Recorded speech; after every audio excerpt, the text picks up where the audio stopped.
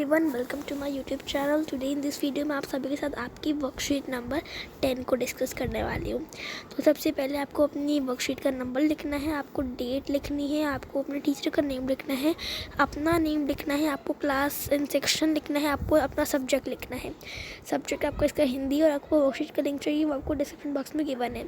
तो आज हम प्यारे बच्चों कार्यपत्र में हमने पढ़ा कि श्यामा और केशव के घर पर चिड़िया, जो क्या श्यामा और केशव है उसके घर पर चिड़िया ने कॉर्निस के ऊपर अंडे दिए हैं, ठीक है, जिसको लेकर दोनों के मन में तरह तरह के सवाल उठते थे और उन दोनों ने मिलकर अंडों को धूप से बचाने के बारे में सोचा। अब जो आगे क्या है आपकी कहानी में, अब आपको वो पढ़ाया जाएगा। तो चलो एक बार इसकी जो आपको बॉक्स है उसमें जो आपको गिवन है, अब हम इस थिंग को डिस्कस करेंगे। गर्मी के दिन थे। बापूजी दफ्तर गए हुए थे। अम्मा दोनों बच्चों को कमरे में सुलाकर खुद सो गई थी, लेकिन बच्चों की आंखों में आज नींद कहाँ। अम्मा जी को बहलाने के लिए दोनों दम रोके आंख बंद किए मौके का इंतज़ार कर रहे थे। जो ही मालूम हुआ कि अम्मा जी अच्छी तरह से सो गई हैं, दोनों चुपके से उठे और बहुत धीरे दरवाजे की सिटकिनी खोलकर बाहर निकल आए।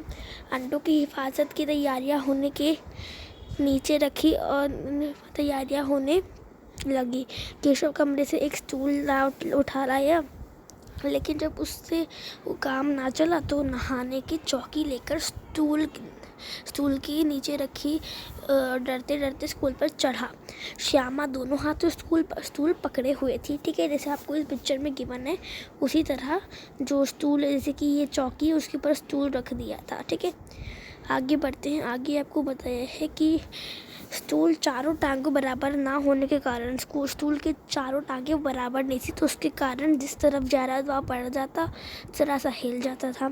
उस वक्त केशव को कितनी तकलीफ़ उठानी पड़ी थी वो उसका दिल ही जानता था। दोनों हाथों से कॉर्निस पकड़ लेता और श्यामा को दबी आवाज़ से डांटता, अच्छी तरह पकड़ वरना उतर कर मारूंगा। मगर बेचारी श्यामा का दिल तो ऊपर कॉर्निस पर था। बार बार उसका ध्यान उधर चला जाता और हाथ ढीले पड़ जाते थे, ठीक है। तो इतना आपको आज बताया इस कहानी के बारे में। अब कुछ शब्द जो अगर आपको समझ नहीं आए हैं तो आपको क्या करना, आपको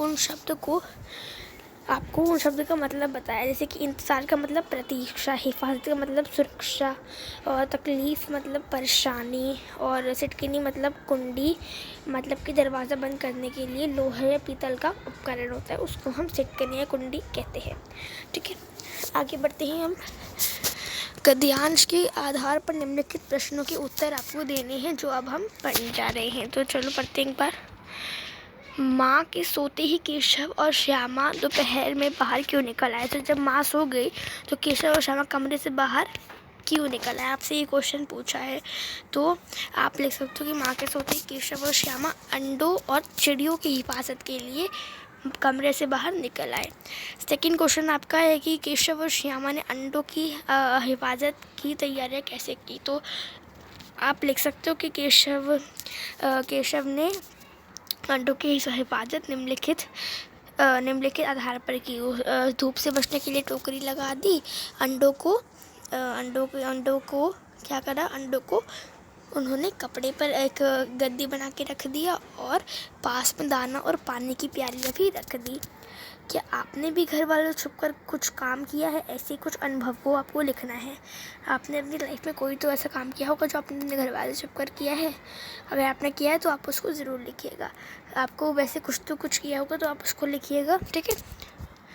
क्वेश्चन 4 आपका, जब आपने घर वालों से छुपकर कुछ काम किया तो बताओ कि आप ऐसे में तुम्हारे मन में क्या सवाल उठे।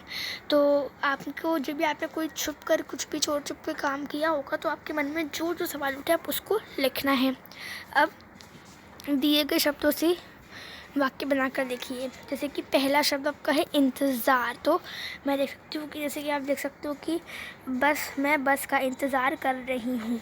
ऐसी हिफाजत, तो ऐसे ही जैसे कि हमारे देश की हिफाजत हमारे क्या कर रहे हैं हमारे, कौन कर रहे हैं देश की हिफाजत, हमारे जो सैनिक है वो कर रहे हैं, ठीक है। ऐसी ही तकलीफ़, जैसे कि आप देख सकते हो कि केशव को बहुत तकलीफ़ उठानी पड़ी सिटकनी, तो केशव सिटकनी खोलकर बाहर आ गया, ठीक है। तो ये कुछ वर्ड्स के हम सेंटेंस बना लिए। वर्कशीट हमारी यहीं पे ख़त्म हो जाती है, फिनिश हो जाती है।